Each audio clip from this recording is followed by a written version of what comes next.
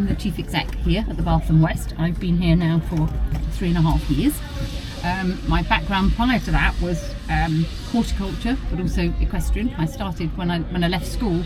I started out as an equestrian, teaching horse riding and working with racehorses and things.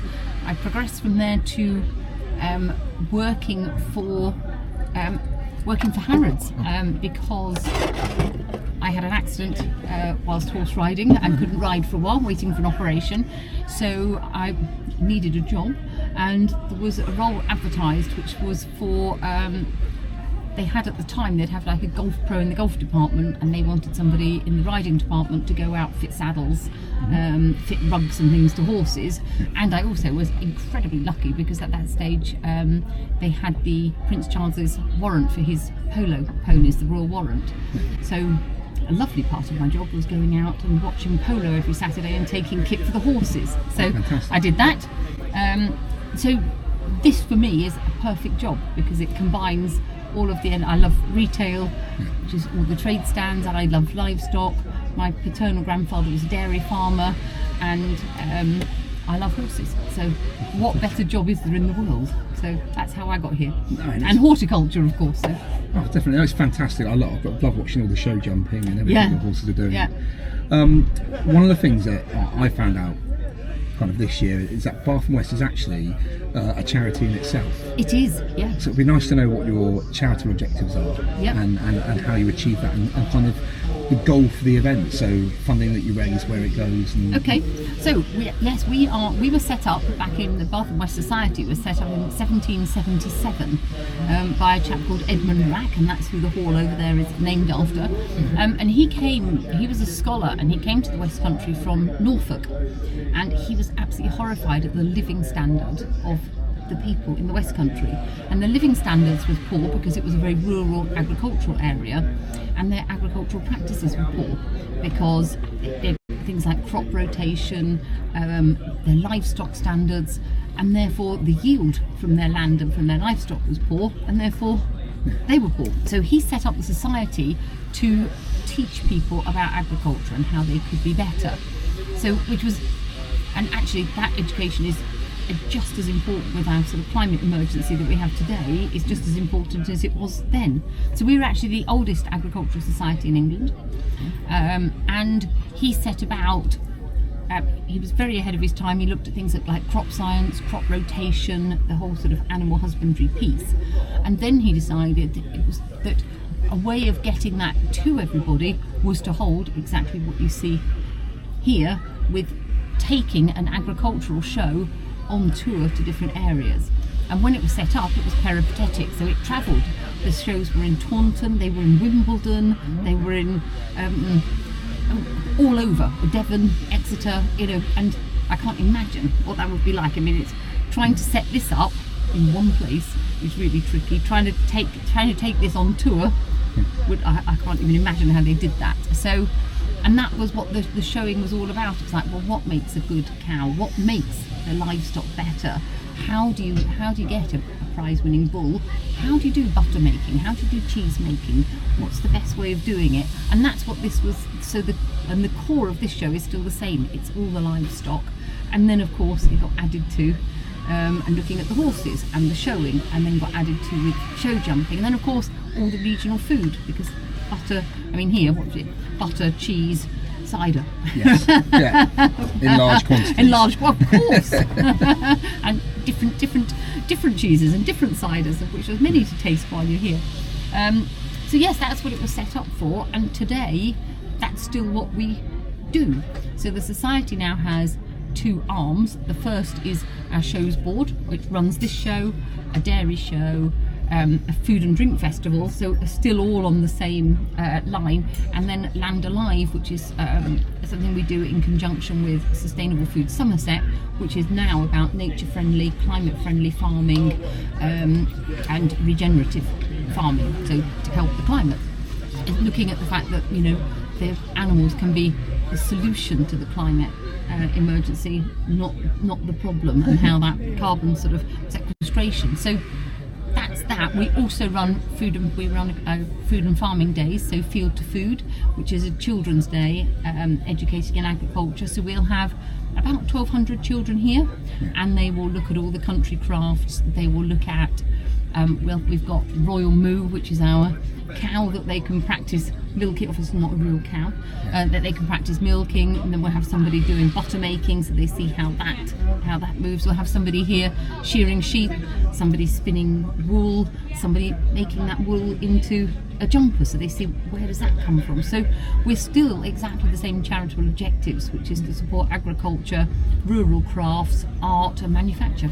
That's fantastic. And from a bit of my family history are all Dorset, Right. And my granddad, years and years and years ago, dairy farmer, and hearing about his stories about farming when he was younger and seeing what Dorset is now in terms of his output, you can actually see where that's come from, can't you? Because I've got family from different parts of the country, and when they come down and they look at the farming in Dorset, they go, "You're farming in places that we wouldn't even think to be able to put crops." How arable Dorset is, Yes. and how well it's been used.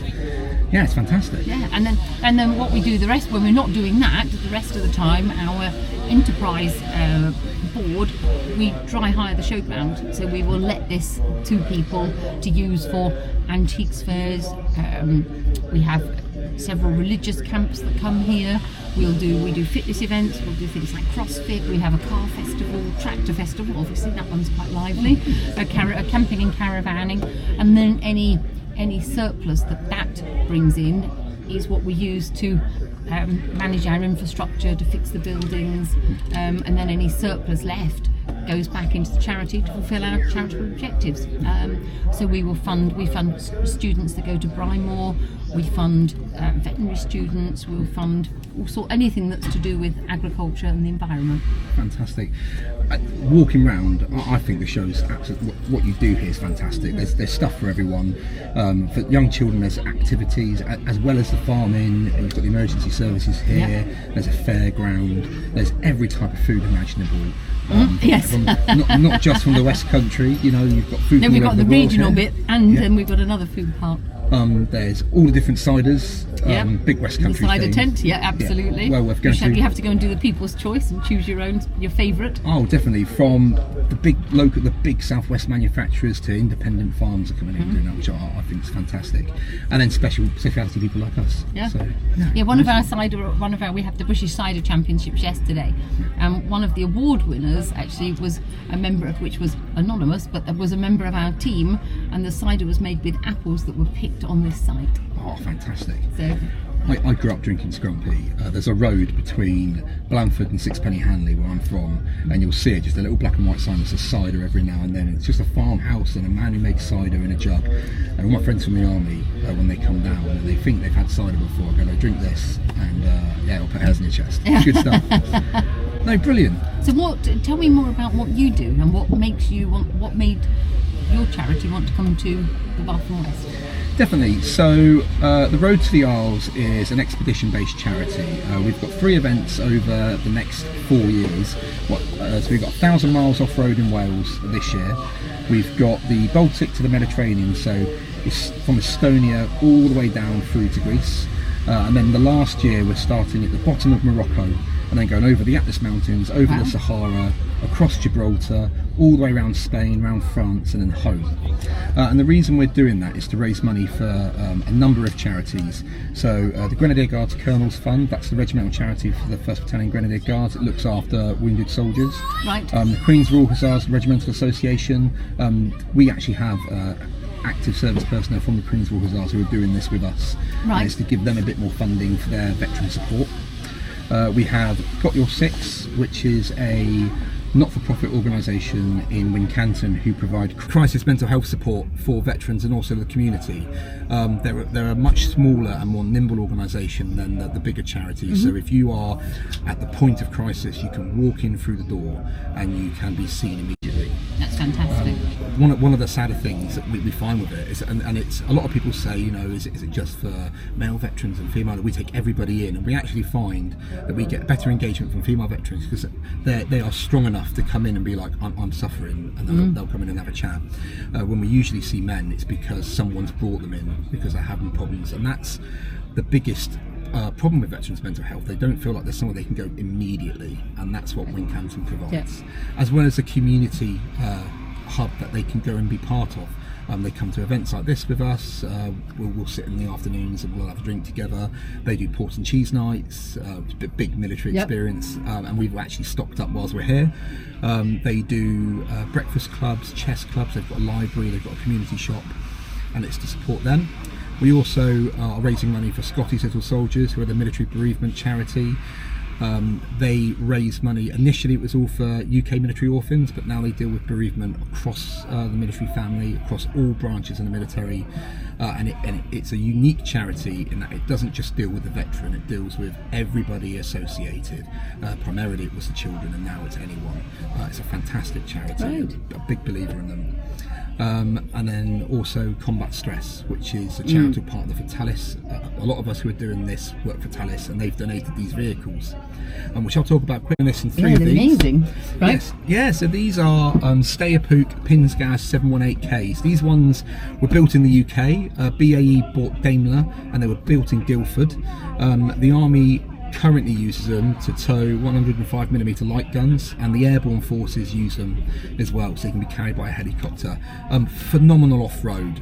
Just a few statistics about this. It has a straight 5 2.5 litre diesel turbo engine underneath here. The chassis weight of this vehicle is 2.6 tonnes unloaded. Wow. It can carry 4.6 tonnes inside the vehicle, and the max combination weight with the trailer can be up to 7 tonnes. So a different beast to a Land Rover, exceptionally capable off-road, and exactly the vehicle we need to do these kind of long-range treks. Talis, again, a company that a lot of us work for, donated these vehicles to the charity, which is great of them. Incredible. They've provided us funding to do the initial repairs. The Armour Centre, we've got a big shout out to the Armour Centre, which is the Royal Armoured Corps Training Regiment in Allenby Barracks, have allowed us to use their facility there to store them and to work on them. And we want to raise £1 million over 4 years. And the way that we can achieve that is use of social media. We've got a big social media account that we're growing, and attending fairs like this so that we can sit somewhere and we can spread awareness. You know, you can probably correct me on this, but I think the footfall on a good day here is about 100,000 people. Over the 3 days, yeah. And you know, we never ask anybody for a donation. We tell them, well, we'd rather you follow us so we can generate it that way. But if everybody who saw us donated £1, yesterday we would have had a huge amount, and that would have gone straight. That afternoon we would have written a cheque and we would have given that straight to one of the charities immediately. And that's what we do. But we also are very passionate about the charities. So as well as promoting what we're doing, we front the charities. We allow them to come here with us so they can get their message across. And I believe that the defence sector, so the military, the stresses that they go through are very, very similar to agriculture. The loneliness, the depression that farmers can face, the pressure that they're under to perform. Yes. You know, if the military don't perform, huge public scrutiny. If farming doesn't perform in the UK, I mean, you've just got to look at the press in the last 3 years. And the farmers are under huge stress, and many things they can't control, which doesn't help. So the farmers aren't controlling milk prices. The farmers aren't controlling the yield necessarily, because that the weather plays a huge part in it. So you're in a situation where you're wanting to achieve something, and there's things working against you. So yes, it is very difficult, and very isolating, and you know, suicide is a real fear. Exactly, and suicide intervention is one of the main things that we're doing. And some of the great conversations we've had with, obviously we attract a lot of veterans. PinzPod is well known in the military. A lot of farmers have come on and love the vehicle, because they see it as that step up from a Land Rover. How do I get one? They balk when they hear the price of the vehicle, what they're worth. But the great story is the laughs and the conversation we have, and the interest, and just having these kind of open conversations with people is fantastic. And you can see like the mental health going up, and that's something that we're really proud of being able to do. When these become road legal, which happens this month, they go through their MOTs.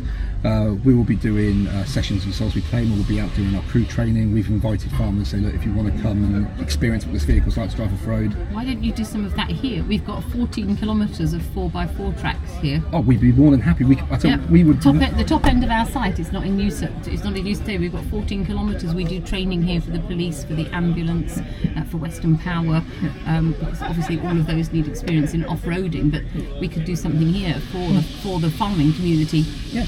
Trying out the vehicles. Well, what we can do, we'll come up for a weekend and we'll do a closed session for them, and we can get the farmers in. If you know people, I'm sure there's a farmers' mental health charity and they'll have people on their There boxes. is. They're around here somewhere. So yes, there is. And we'll have a chat with them after, and we say, look, once these are road legal, we'll bring them up and we'll do a closed day barbecue, and they can have fun. The two biggest groups of off-road lovers, apart from the civilian enthusiasts, are farmers and veterans. Exactly. We've got quite a lot of similarities, haven't we? Yeah, and I think the cheese analogy, I think it's going to go like Cornish blue and chili jam. Yeah. You know, it's going to be a fantastic, or port. So, we'd be more than happy to do that. Yeah. So yeah. If there weren't so many people around, we could show you, but we can't drive around at the moment. But I'd love to show you the course. Well, we're here till tomorrow, so we're not going to tomorrow. Fine. But would you like to start it? Oh yeah. Right. What we'll do. So the battery isolator's just here.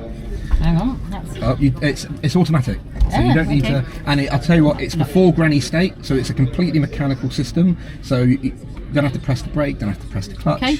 All you got to do is put that in in. turn. So just keep your feet out of the way and just. So children have been in here, so the steering lock's probably on.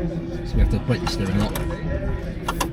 There you go. And I'm not going to shoot forward. And you're not going to shoot forwards. Turn it again. Wow. So a nice straight 2.5 litre diesel. Yeah.